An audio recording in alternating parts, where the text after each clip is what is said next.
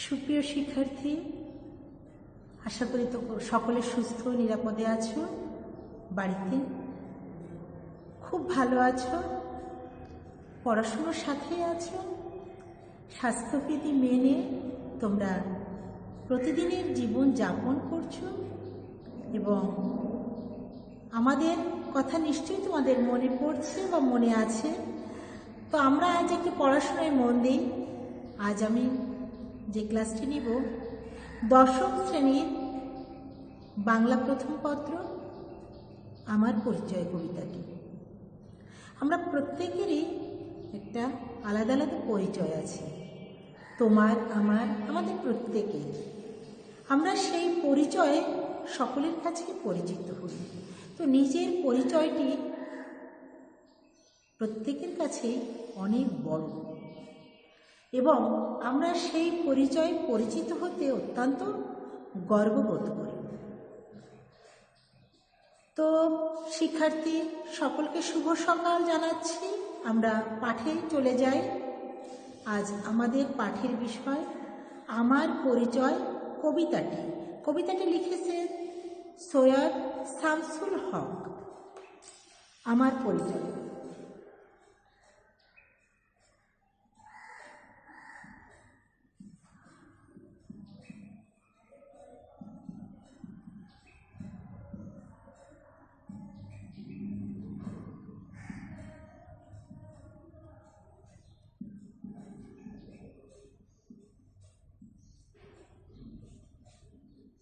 সৈয়দ শামসুল হক। তো আমরা প্রথমে এই কবির সম্পর্কে একটু জেনে নিই। সৈয়দ শামসুল হক 27 ডিসেম্বর 1935 সালে কুড়িগ্রাম শহরে জন্মগ্রহণ করেন। তার পিতার নাম ডক্টর সৈয়দ সিদ্দিক হুসাইন এবং মাতার নাম সৈয়দা হালিমা খাতুন। তিনি ঢাকা কলেজিয়েট স্কুল থেকে ম্যাট্রিক, জগন্নাথ কলেজ থেকে ইন্টারমিডিয়েট এবং ঢাকা বিশ্ববিদ্যালয়ে ভর্তি হয়ে কিছুদিন পড়াশোনা করেন। একসময় পেশায় সাংবাদিকতাকে বেছে নিলেও পরবর্তী সময় তিনি সার্বক্ষণিক সাহিত্যকর্মে নিমগ্ন থেকে বৈচিত্র্যময় সম্ভারে বাংলা সাহিত্যকে সমৃদ্ধ করেছেন।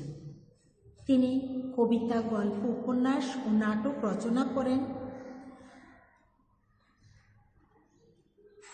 তার শিশুতোষ রচনাও রয়েছে। বাংলা ভাষা ও সাহিত্যে অবদানের জন্য তিনি 21 পদক, বাংলা একাডেমি পুরস্কার সহ অনেক সাহিত্য পুরস্কার লাভ করেছেন।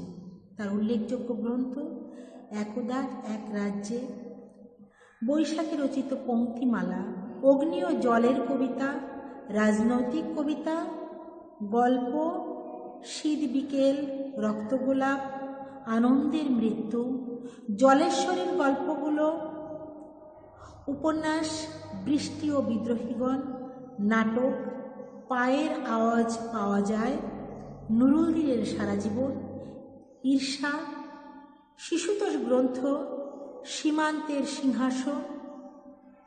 27 সেপ্টেম্বর 1916 সালে তিনি মৃত্যুবরণ করেন। তিনি কিন্তু পত্রিকায় নিয়মিত লিখতেন, সৈয়দ শামসুল হক। তো আর এই যে নুরুল দ্বীনের সারা জীবন এবং পায়ের আওয়াজ পাওয়া যায়, এই দুটো নাটক কিন্তু আমরা দেখতে পারি। তোমরা ইউটিউব থেকে দেখতে পারো, গুগল থেকেও দেখে নিতে পারো তার সৃষ্টিকে। তাহলে তোমাদের কাছে খুব সহজ হবে, যেহেতু প্রযুক্তি তোমাদের হাতের কাছে, সেজন্য তোমাদের দেখার সুযোগ আছে। এছাড়া কবিতাগুলো তোমরা দেখতে পারো। অসাধারণ তার লেখনী। তিনি আমাদের সত্যি বাংলা সাহিত্য এবং বাংলা ভাষাকে ভীষণভাবে সমৃদ্ধ করেছেন। তার কাছে আমরা চিরঋণী।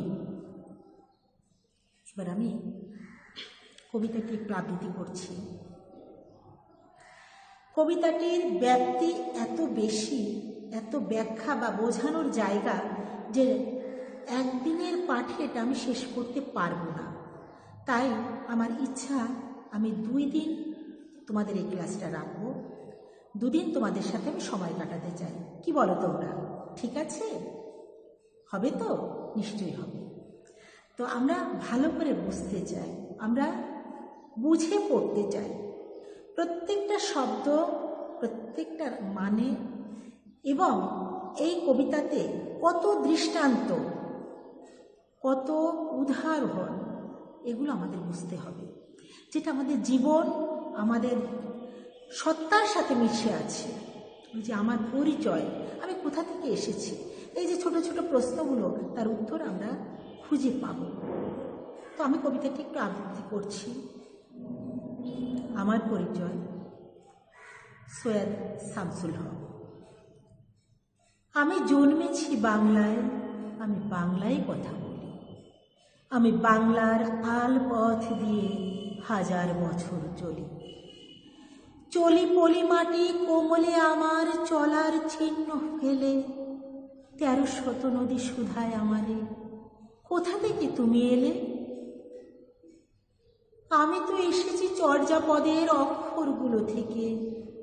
আমি তো এসেছি সওদাগরের ডিঙার বহর থেকে। আমি তো এসেছি কৈবর্তের বিদ্রোহী গ্রাম থেকে। আমি তো এসেছি পাল যুগ নামে চিত্রকলার থেকে। এসেছি বাঙালি পাহাড়পুরের বৌদ্ধ বিহার থেকে। এসেছি বাঙালি জোড় বাংলার মন্দির বেদি থেকে। এসেছি বাঙালি আউল বাউল মাটির দেউল থেকে। আমি তো এসেছি সার্বভৌম 12 ভূঁইয়ার থেকে। আমি তো এসেছি কমলার দিঘি মহুয়ার পালা থেকে। আমি তো এসেছি তিতুমির আর হাজি শরীয়ত থেকে। আমি তো এসেছি গীতাঞ্জলি ও অগ্নিবীণার থেকে। এসেছি বাঙালি ক্ষুদিরাম আর সূর্য সেনের থেকে। এসেছি বাঙালি জয়নুল আর অবন ঠাকুর থেকে। এসেছি বাঙালি রাষ্ট্রভাষার লাল রাজপথ থেকে। এসেছি বাঙালি বঙ্গবন্ধু শেখ মুজিবুর থেকে। আমি যে এসেছি জয় বাংলার বজ্রকণ্ঠ থেকে। আমি যে এসেছি 71-এর মুক্তিযুদ্ধ থেকে। এসেছি আমার পেছনে হাজার চরণ চিহ্ন ফেলে।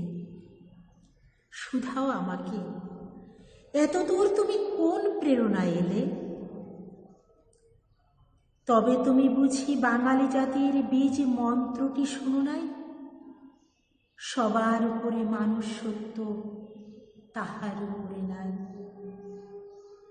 একসাথে আছি, একসাথে বাঁচি, আজও একসাথে থাকবই। সব বিভেদের রেখা মুছে দিয়ে সাম্যের ছবি আঁকবই। সেই সাম্যের কথা, সেই বিভেদ ভুলে যাওয়ার কথা আমাদের আজ বড় দরকার। সেই একতার কথা আজ আমাদের বড় দরকার। আমরা বড় একা হয়ে যাচ্ছি, আমরা নিঃসঙ্গ হয়ে যাচ্ছি, আমরা একাকিত্বে ভুগছি। কিন্তু না, সেই সাম্যের কথা আমরা বলবো, সেই বিভেদ ভুলে যাওয়ার কথা বলবো। আমরা বলবো সবার উপরে মানুষ সত্য, তাহার উপরে নাই। এটাই আমরা, এভাবেই আমরা আগামী পথ চলব। সুপ্রিয় শিক্ষার্থী বন্ধুরা, তোমাদের আজ আমি কবিতাটি পাঠ করে শোনালাম। আশা করছি তোমরা বাড়িতে বসে নিশ্চয়ই চেষ্টা করবে এবং যেসব প্রশ্নের উত্তর, যেসব শব্দের উত্তর তোমাদের বুঝতে অসুবিধা হচ্ছে, নতুন শব্দ যেগুলো, সেগুলো তোমরা নোট করে রাখবে এবং পরবর্তীতে আমরা সেগুলোর উত্তর দেওয়ার চেষ্টা করব, বা তোমরা অভিধান দেখেও সেটা সংশোধন করতে পারো। আমরা এই প্রশ্নটা করতেই পারি। কবিগুরুর একটা কবিতাতেও আছে, ছেলে মাকে শুধায়, মা আমি এসেছি কোথা থেকে? তখন মা উত্তর দেয় যে ইচ্ছে হয়েছিলে তুমি আমার মনের মাঝে। এটা একটা দিক। কারণ কোনো কাজ করতে গেলে আমাদের ইচ্ছে শক্তিটা সেখানে প্রধান। তো আমরা একটা কল্পনা করি, একটা শিশুকে নিয়ে ঘুমিয়ে আছে শিশুর পিতা, সব শিশুরই অন্তরে। তো একটা শিশু, মা মানে একটা শিশুর কল্পনা এসেই যায়, একটা শিশু ছাড়া একটা মা পরিপূর্ণ নয়। তো সেখানে কবি এভাবে দেখিয়েছে, আর এখানে কবি দেখাচ্ছে যে আমি কিভাবে এসেছি।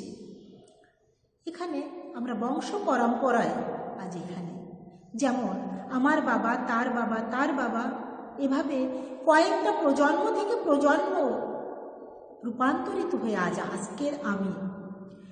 তো এই পৃথিবীর মাটিতে তাদেরও পায়ের চিহ্ন ছিল, তাদের তৈরি করা মন্দির বেদিতে আজ আমি, তাদের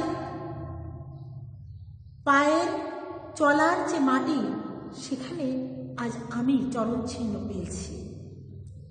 আজকের আমি, এটাই আমার পরিচয়। তার মানে আমরা আমাদের অস্তিত্বকে যেন ভুলে না যাই, কবির এটাই আহ্বান। আমার আমিকে যেন ভুলে না যাই, আমি যেন আমাদের পিতৃপুরুষকে ভুলে না যাই, আমরা যেন আমাদের বংশকে ভুলে না যাই, অস্তিত্বকে ভুলে না যাই, আমার শেকড়কে ভুলে না যাই, এটাই বলেছেন কবি। আমি জন্মেছি বাংলায়, আমি বাংলায় গান করি। তোমরা জানো আমরা বাংলায় জন্মগ্রহণ করলেই সবাই যে বাংলাকে ভালোবাসে এমনটি তো নয়। যেমন আমি দাম দিয়ে কিনেছি বাংলা, কারো দামে পাওয়া নাই, সত্যি তাই। এই বাংলাটা আমাদের অত্যন্ত ত্যাগের বিনিময়ে পাওয়া। সেটা কেমন? এই দেশমাতাকে পাওয়া, বাংলা ভাষাকে পাওয়া। তোমরা জানো যে ৭১-এর মুক্তিযুদ্ধ আমাদের সেই ত্যাগের বিনিময়ে, আমরা সেই মুক্তিযুদ্ধের মাধ্যমে আমরা একটা স্বাধীন ভূখণ্ড, আমাদের একটা পরিচয়, আমরা একটা জাতীয় পতাকা, একখণ্ড মাটি পেয়েছি। আমরা স্বাধীন নাগরিক হিসেবে আমাদের পরিচয় দিতে পারি, এটা আমাদের প্রাপ্তি। ভাষার কথা বলি, বহু সংগ্রামের ফলে, বহু প্রাণের বিনিময়ে আজ আমরা বাংলা ভাষায় কথা বলতে পারি।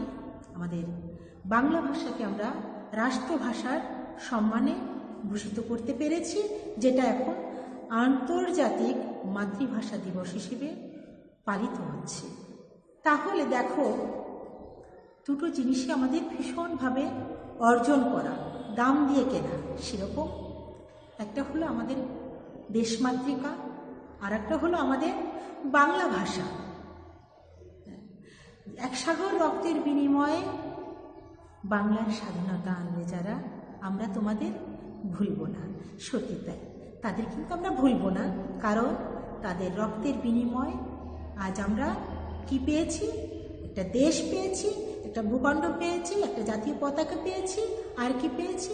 ভাষা পেয়েছি, যার জন্য আমরা সুন্দরভাবে আমাদের মনের কথা প্রকাশ করতে পারছি, আমরা বাংলা ভাষায় কথা বলতে পারছি। প্রিয় শিক্ষার্থী, তোমরা নিশ্চয়ই বুঝতে পারছো। তারপরে কি বলছে? আমি বাংলার আল পথ দিয়ে 1000 বছর চলি। আমি তো 1000 বছর চলছি না, কারা চলেছে? আমার পূর্বপুরুষগণ। এই বাংলার আল পথ মানে কি? ছোট যে পথ তোমরা দেখেছো, ধান গাছের মাঝ থেকে ছোট ছোট যে পথ তৈরি হয় যাওয়ার জন্য, সেটাই আল পথ। ওই পথ দিয়ে আমার পূর্বপুরুষরাও হেঁটে গেছে, আজ আমিও হাঁটছি।